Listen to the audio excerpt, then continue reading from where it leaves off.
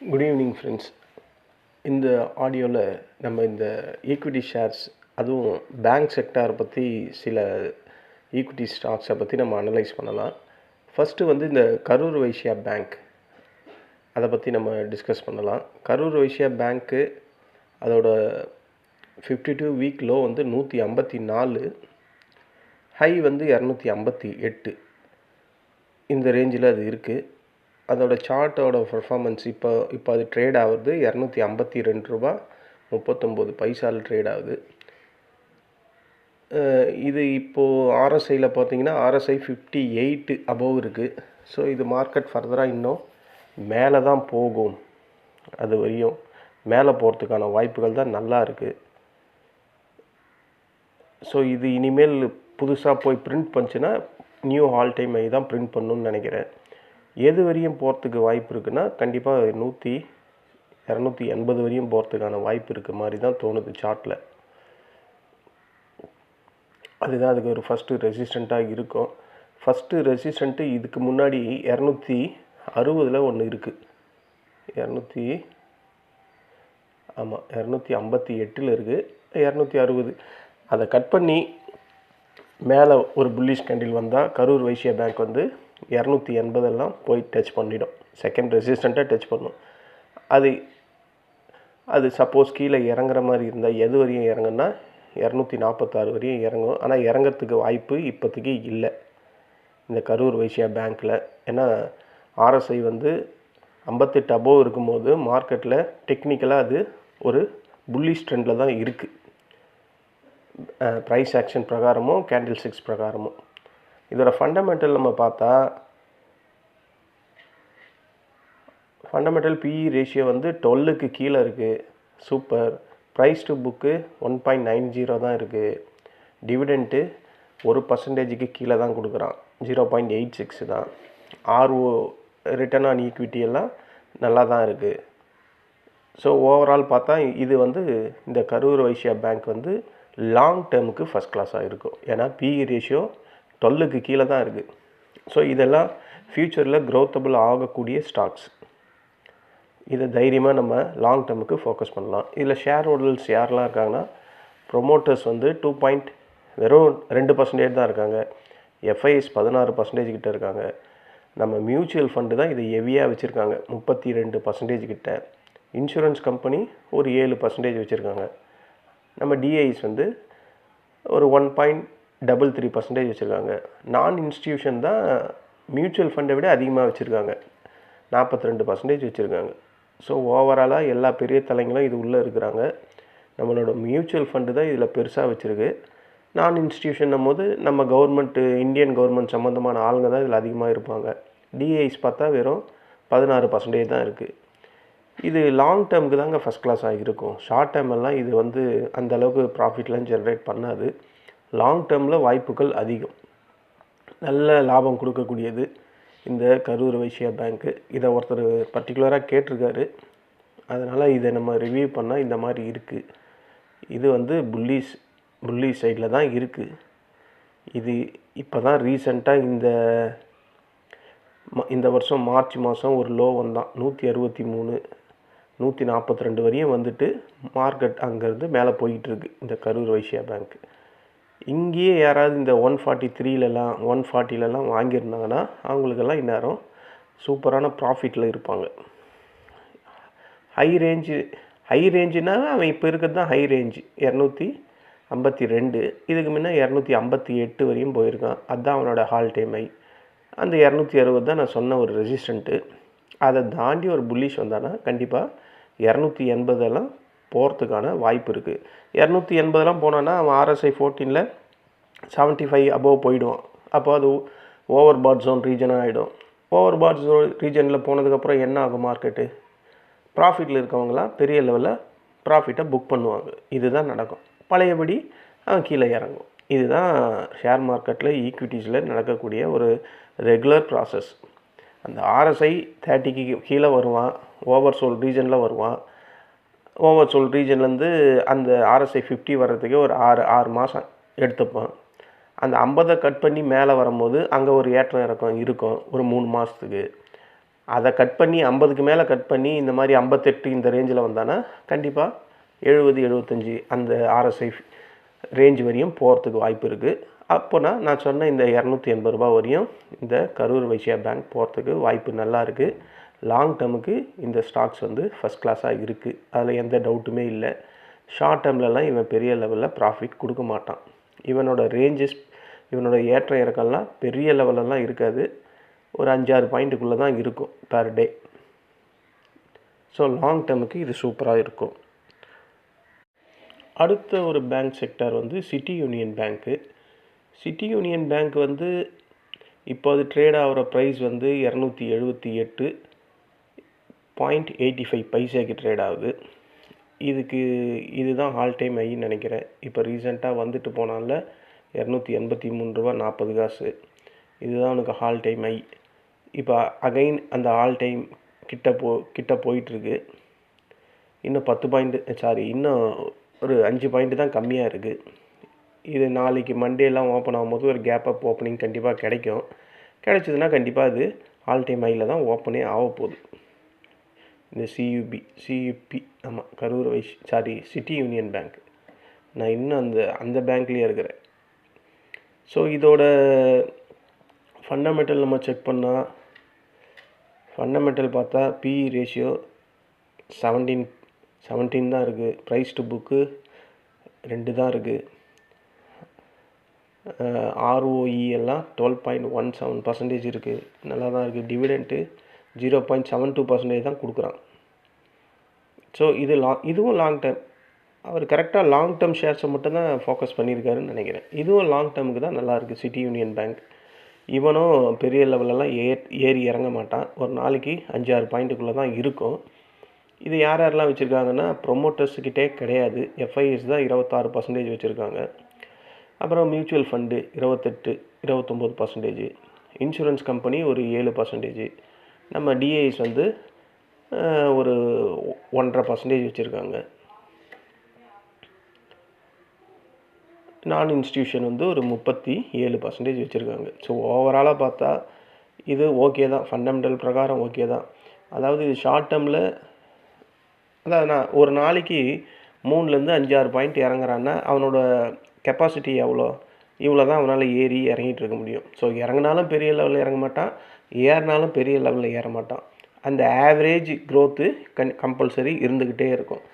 அப்போது இந்த மாதிரி ஸ்டாக்ஸ் எல்லாம் நம்ம ரெடிமேடாக மணி சம்பாதிக்க முடியும்னா முடியாது. லாங் டேர்ம் தான் விட முடியும். லாங் டேர்மில் இவன் நல்ல ப்ராஃபிட் தரக்கூடிய ஒரு செக்டார்னால் இந்த பேங்க் செக்டாரில் சிட்டி யூனியன் பேங்க்கு.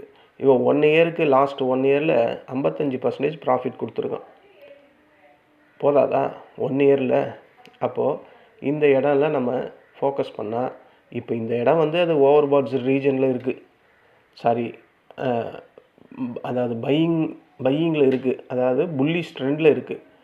இதுக்கு அந்த 283 போய் டச் பண்ணால் அதுதான் ஆல் டைம் ஹை. அதை தாண்டி 283க்கு மேலே ஒரு புல்லிஷ் கேண்டில் வந்ததுன்னா இது மேலே போகிறதுக்கு தான் இன்னமும் வாய்ப்பு இருக்குது. இது எனக்கு தெரிஞ்சு ஒரு 305 வரையும் போகும் தான் தோணுது. ஆமாம், 305 வரையும் போகிறதுக்கான வாய்ப்பு இருக்குங்க. ஆனால் 305 நாளைக்கே போயிடுவேனான்னு கேட்டால் நாளைக்கெலாம் போகாது. அது கொஞ்சம் கொஞ்சமாக தான் ஏறும். அதுதான் அதில் நான் சொன்னேன். இது ரொம்ப அக்ரெசிவெலாம் ஏறாது, மைல்டாக தான் ஏறும், மைல்டாக தான் இறங்கும். ஆனால் இவன் இறங்குற மாதிரி இருந்தால் இவனுக்கு ஒரு கேப் வேறு ஒன்று இருக்குது. எங்கே இருக்குது தெரியுங்களா? 236 ரூபாயில் இருக்குது. ஆனால் இவன் இப்போ இறங்குற கண்டிஷன்லேயே இல்லை. இதுக்கு முன்னே பார்த்தா இந்த கரூர் வைஸ்யா பேங்க்கும் இந்த சிட்டி யூனியன் பேங்க்கும். ஸோ இதை லாங் டேர்ம் ஃபோக்கஸ் பண்ணுறது ரொம்ப பெட்டராக இருக்கும். இப்போ இது 60ல் இருக்குது RSIயில், அந்த EMA கிராஸ் ஓவர்லேயும் புல்லிஷில் தான் இருக்குது. ஸோ இதை நம்ம அப்படியே லாங் டேர்மில் வச்சுக்கலாம். இல்லை ஷார்ட் டேர்மில் ஏதாவது கிடைக்கும் அப்படி, இங்கேருந்து நான் இப்போ 300 வரையும் போகுதுன்னு சொன்னேன்னா இங்கேருந்து ஒரு 22 பாயிண்ட்டை யாராவது ஃபோக்கஸ் பண்ணுற மாதிரி இருந்தால் ஃபோக்கஸ் பண்ணலாம். ஆனால் பெரிய லெவலெலாம் இன்வெஸ்ட்மெண்ட் பண்ணக்கூடாது இந்த ஸ்டேஜில். ஏன்னா அபோவ் 60 இருக்கான். அதனால் இன்னும் ஒரு RSI 70 வரையும் போச்சுன்னா இங்கேருந்து ஒரு 20 பாயிண்ட் போகும். அதனால தான் நான் 300ன்னு சொன்னேன். அதுக்கப்புறம் அது அங்கேருந்து செல் ஆஃப் தான் ஆகும். ஏன்னா ப்ராஃபிட் புக் பண்ணுவாங்க. இதுதான் இந்த சிட்டி யூனியன் பேங்க்கில் இருக்கக்கூடிய கரண்ட் சிச்சுவேஷன் அண்ட் ஃபண்டமெண்டல். அடுத்தது இந்த கனரா பேங்க்கை பற்றி கேட்டிருக்காங்க. கனரா பேங்க்கு இப்போ அது ட்ரேட் ஆகிறது வந்து $148.58 ட்ரேட் ஆகுது. இது இப்போ தான் இறங்கிட்டு நல்லா ஏறிக்கிட்டு இருக்கு. இப்போ தான் வெரி ரீசெண்டாக தான் இவன் $100 வரையும் $104 வரையும் வந்துட்டு இப்போ மேலே ஏறி போயிட்டுருக்கு. இது இங்கேருந்து ஆர்எஸ்ஐயில் பார்த்தா 56 இருக்குது. அது பார்த்திங்களா, இவன் போய் ப்ராஃபிட், அதாவது அந்த ஆர்எஸ்ஐ 75 போய் தொட்டுட்டு இப்போ இறங்கிட்டு இருக்கு. இறங்கிட்டு இப்போ 56 இருக்கான் ஆர்எஸ்ஐ. ஸோ இங்கேருந்து இது இறங்குற மாதிரி இருந்தால் இப்போ தான் இந்த 141 டச் பண்ணிட்டு மறுபடியும் மேலே போயிருக்கு இந்த கனரா பேங்க். ஆனால் கனரா பேங்க் இறங்குற மாதிரி இருந்தால் கண்டிப்பாக இது வரையும் இறங்கும். எது வரையும்னா $118 வரையும் கீழே வர்றதுக்கான வாய்ப்பு இருக்குது. ஏன்னா 118 கூட வராது, அதுக்கு கொஞ்சம் மேலேயே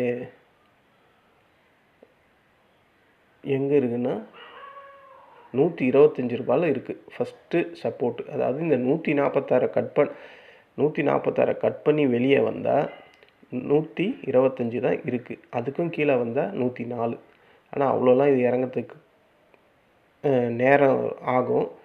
இப்போ உடனே இறங்குற மாதிரி இருந்தால், இப்போ மண்டே ஓப்பன் ஆகும்போது இந்த ஸ்டாக்ஸ் எல்லாம் இறங்க போகிறது கிடையாது. ஏன்னா மார்க்கெட்டில் ஒரு புல்லிஷ் ட்ரெண்ட் இருக்குது. எல்லாமே இண்டெக்ஸ் எல்லாமே கேப் அப் ஓப்பனிங் இருக்கும். அப்போ என்ன ஆகும்னா, இவன் ஒரு கேப் அப்பில் ஓப்பன் ஆகிட்டு அந்த ரேஞ்சிலேயே ஆட போகிறான் இந்த கனரா பேங்க். இதுதான் நடக்க போகுது. இதோட ஃபண்டமெண்டல் நம்ம செக் பண்ணுவோம், அது எப்படி இருக்குது அப்படின்றத ஒரு வாட்டி செக் பண்ணிக்கலாம். ஃபண்டமெண்டல் பிஇ ரேஷியோ வெறும் 8க்கு கீழே இருக்குது. ப்ரைஸ் டு புக்கு கம்மியாக இருக்குது, 1.24 தான் இருக்குது. ROI ரிட்டர்ன் ஆன் ஈக்விட்டிலாம் ஃபஸ்ட் கிளாஸாக இருக்குது. இது டிவிடெண்ட் 2.69% கொடுக்குறாங்க. பரவாயில்லைங்க, ஒரு டீசெண்டான டிவிடெண்ட் தான் கொடுக்குறான். ஸோ இதை யாரெல்லாம் வச்சுருக்கா? ப்ரொமோட்டர்ஸ் கிட்ட 63% இருக்குது. FIS 12%, மியூச்சுவல் ஃபண்டு 5.25% வச்சுருக்காங்க, இன்சூரன்ஸ் 5.5% வச்சுருக்காங்க. நம்ம டிஐஸ் வந்து 1%க்கு கீழே வச்சுருக்காங்க. நான் இன்ஸ்டியூஷன் வந்து ஒரு 13% வச்சுருக்காங்க. அப்போ ஃபண்டமெண்டல் செக் பண்ணால் இது லாங் டைம் தான் சூட் ஆகும் கனரா பேங்க்கு.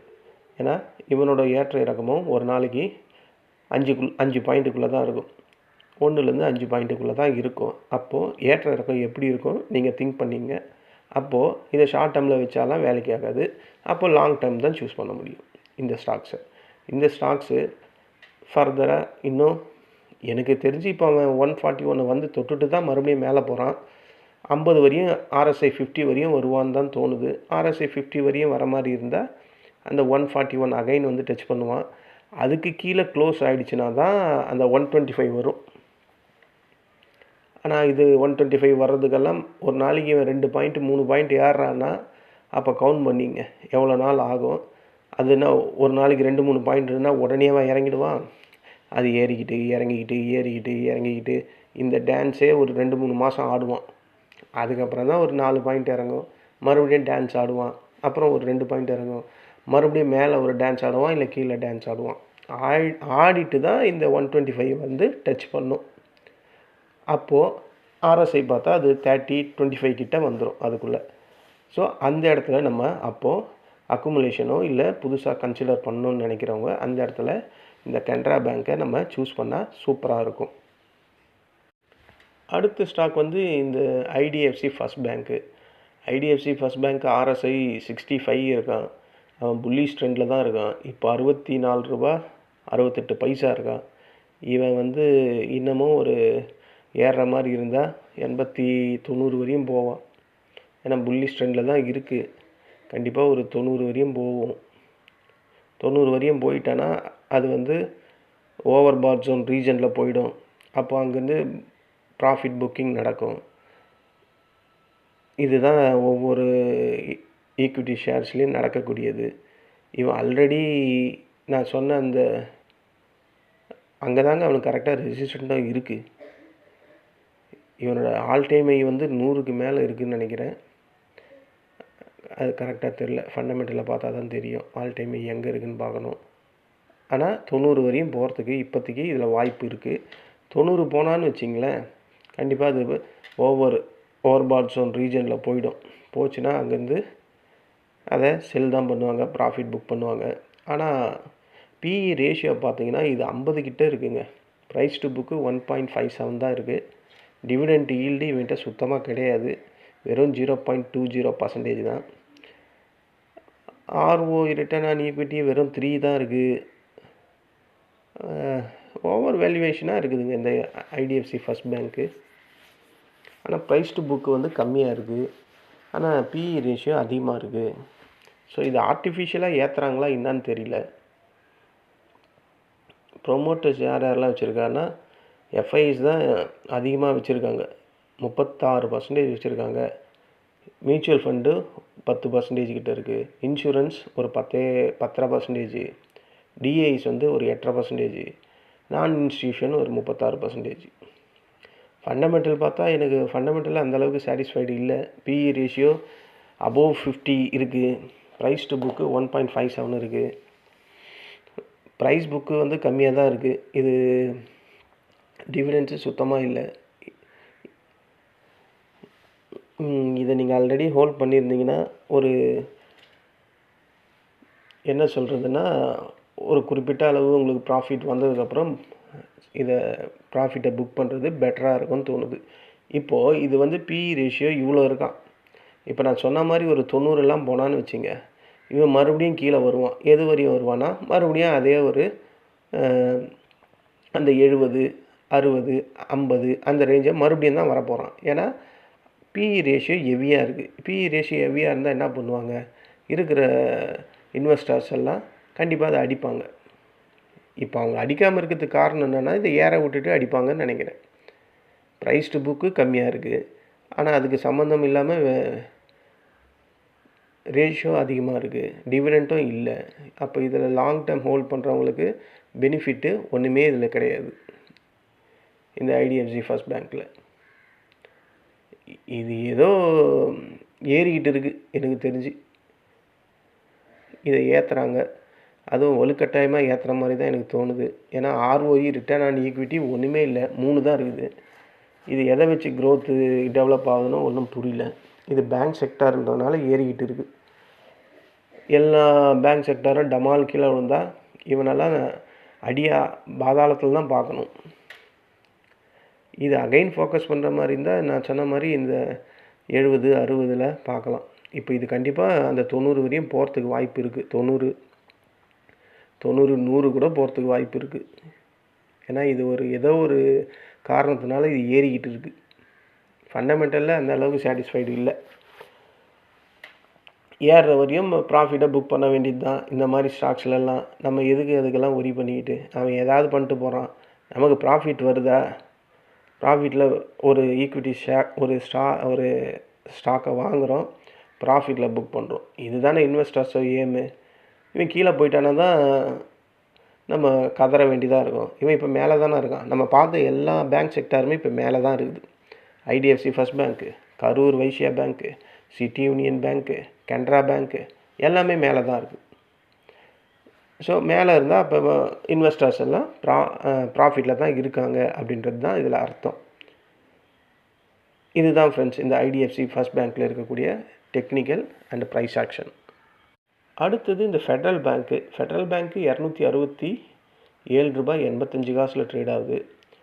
இவன் எனக்கு தெரிஞ்சு ஓவர்பாட் ரீஜனில் தான் இருக்கான். இது எப்போ வேணால் செல் ஆஃப் ஆகலாம். அதாவது செல் ஆஃப்னா ப்ராஃபிட் புக்கிங் எப்போ வேணால் வரலாம். ஏன்னா அபோவ் 75க்கு மேலே தான் இருக்குது. ஆமாம், கன்ஃபார்மாக அபோவ் 75க்கு மேலே தான் இருக்குது. அவன் பாருங்கள், இந்த 200 ரூபா வந்து தொட்டுருக்கான்.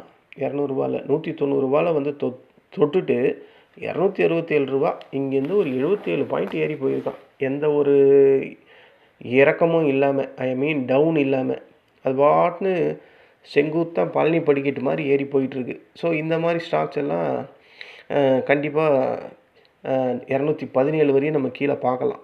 ஏன்னா அது வரையும் இறங்கிறதுக்கு தான் வாய்ப்பு அதிகமாக இருக்குது.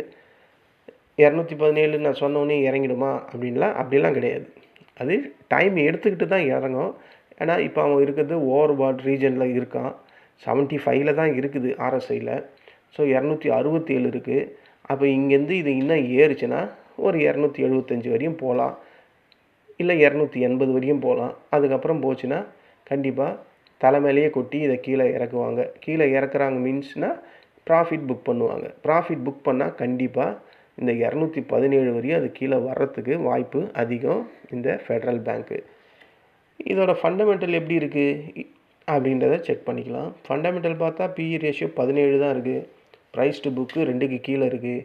டிவிடெண்ட்டு 0.45% தான் கொடுக்குறாங்க. ரிட்டர்ன் ஆன் ஈக்விட்டி 11% தான் இருக்குது. இது லாங் டேர்முக்கு சூட்டபுளாக தான் இருக்கும். இந்த இந்த இந்த ஃபண்டமெண்டல் ரேஷியோ இருந்தால் இது லாங் டேர்ம் தான் சூட்டபுளாக இருக்கும். இவனோட ரேஞ்சும் ஒரு நாளைக்கு ஏற்ற இறக்கம் ஒரு 5 பாயிண்ட்டுக்குள்ளே தான் இருக்கும். பெரிய லெவல்லாம் ஏறாது. ஆனால் இவன் இப்போது ஏறி முடிஞ்சு ஓவர்பாட் ரீஜன்லேயே இருக்கான். எப்போ வேணால் ப்ராஃபிட் புக்கிங் நடக்கலாம். இதில் அதான் நான் சொன்ன ரேஞ்சஸ் போயிட்டு அங்கேருந்து ப்ராஃபிட் புக்கிங் கண்டிப்பாக நடக்கும். 100% நடக்கும். நீங்கள் யாராவது வச்சுருந்தா அதுக்கேற்ற மாதிரி நீங்கள் இந்த ஸ்டாக்ஸில் என்ன பண்ணணுன்றதை நீங்கள் தீர்மானம் பண்ணிக்க வேண்டியது தான். இல்லை நான் லாங் டேர்ம் தாங்க வச்சுருக்கேன், ஒரு 5-6 வருஷம்னா நீங்கள் இந்த சார்ட்டையோ இந்த கேண்டில் செக்ஸையோ எதையுமே பார்க்காதீங்க, 7 விட்டுருங்க. அது ஆகிறது ஆகட்டும் அப்படின்னு. ஒரு 5 வருஷம் 6 வருஷம் கழித்து பாருங்கள். நல்ல ப்ராஃபிட் இருந்தால் you are a lucky person. இல்லை கீழே இருந்தால் உங்களுக்கான நேரம் இன்னும் வரல அப்படின்னு வெயிட் பண்ணி இன்னும் ஒரு 5 வருஷம் எக்ஸ்டெண்ட் பண்ண வேண்டியது தான். சொல்கிறது ஈஸியாக இருக்குல்ல. 5 வருஷம், இது ஒரு 5 வருஷம், 10 வருஷம் சொல்லிட்டேன் ஒரு செகண்டில். ஆனால் 10 வருஷன்றதோட வலி, வெயிட்டிங் பீரியடு அனுபவித்தா மட்டும்தான் தெரியும். சரி ஃப்ரெண்ட்ஸ், இதுதான் இந்த ஸ்டாக்ஸில் இருக்கக்கூடியது. ஃபெடரல் பேங்க்கில் அவன் நல்லா ஏறி போயிட்டான். அவன் இன்னும் கொஞ்சம் ஏறுவான். அதுக்கு மேலே ப்ராஃபிட் புக்கிங் தான் நடக்கும். அதுதான் இதில் இருக்குது. அப்புறம் இந்த பிஎன்பியை பற்றி கேட்டிருக்காங்க. பிஎன்பி இவன் இப்போ தான் ஒரு 115 வரையும் கீழே வந்துட்டு இப்போ லைட்டாக மொமெண்டம் மேலே நோக்கி போயிட்டுருக்கான். கரெக்டாக அவன் 50 ஆர்எஸ்ஐ 50ல் தான் இருக்குது.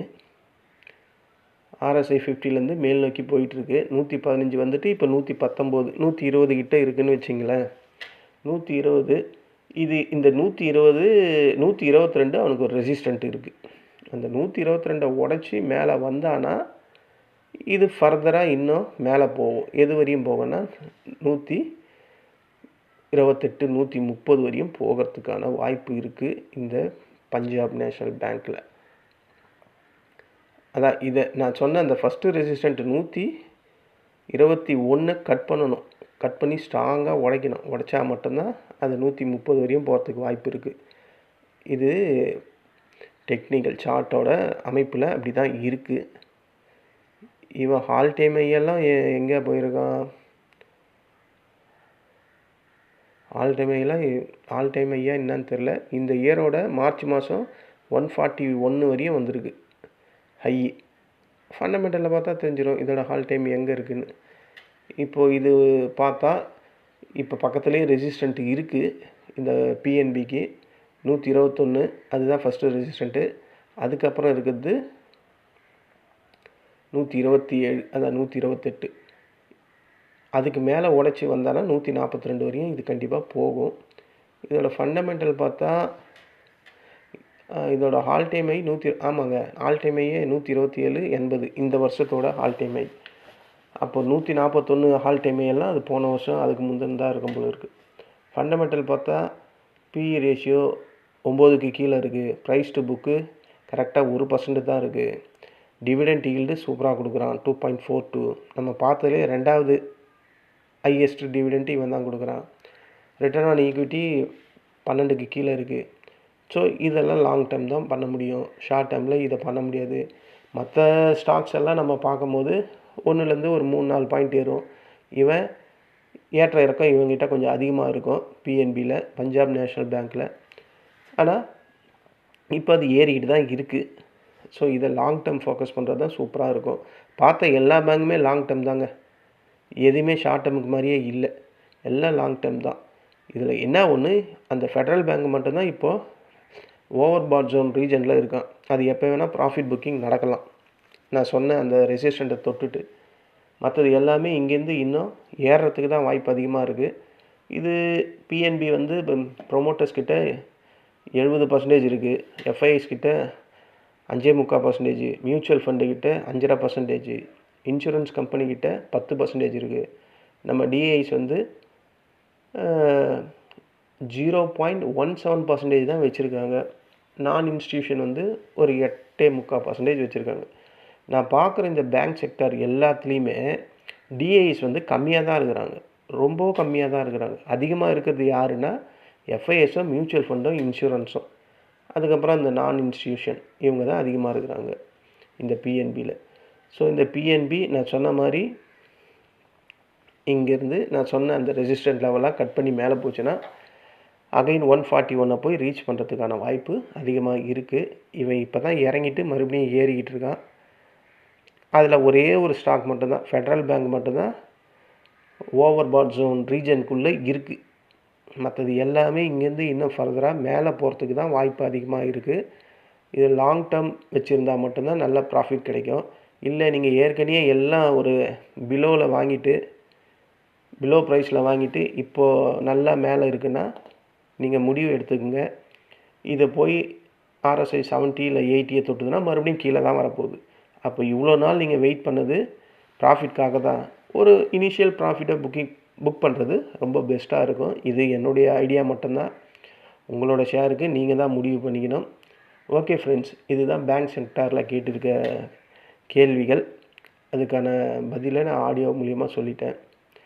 இதில் நான் சொல்கிற எந்த ஒரு விஷயமும் ஒரு எஜுகேஷன் பர்பஸ் தான். ஒரு ஷேர், அதோட ஃபண்டமெண்டல், அதோட ups and downs, support and resistant எங்கே இருக்குது, அங்கேருந்து அது எப்படி ட்ரேட் ஆகும், அதோட வெலாட்டிலிட்டி எப்படி இருக்குன்றத ஒரு எஜுகேஷன் பர்பஸ்க்காக தான் சொல்கிறேன்.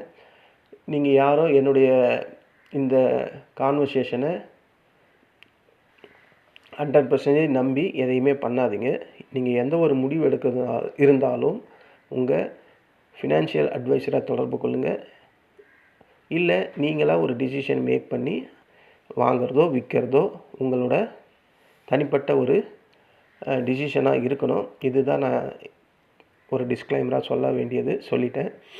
நம்ம வேறு ஒரு ஸ்டாக்ஸில் நாளைய சந்திக்கலாம். இந்த ஆடியோ உங்களுக்கு பிடிச்சிருந்தா என்னுடைய சேனலை சப்ஸ்கிரைப் பண்ணுங்கள். உங்கள் ஃப்ரெண்ட்ஸ் அண்ட் ரிலேட்டிவ்ஸ்க்கு இதை ஃபார்வர்ட் பண்ணி அவங்களையும் சப்ஸ்கிரைப் பண்ண சொல்லுங்கள். நன்றி, வணக்கம்.